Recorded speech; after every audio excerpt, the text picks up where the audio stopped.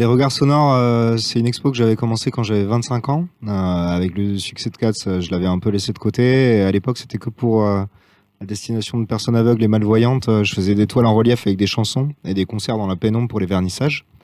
Et bah là, en fait, j'ai eu l'idée de refaire cette expo, mais en faisant une collaboration du coup avec des personnes avec plein de handicaps différents. Moi, je suis dyslexique, je suis sourd d'une oreille. Et c'est un sujet qui me touche, mais on parle pas que de ça. En fait, c'est plus de portraits de gens. On parle d'un espèce de portrait chinois qui me permet de connaître leur vie. Et comme disait Ziano, en fait, c'est souvent t'as des leçons de vie énormes. Et du coup, c'est hyper inspirant. Et pendant qu'ils parlent, je me permets de les croquer.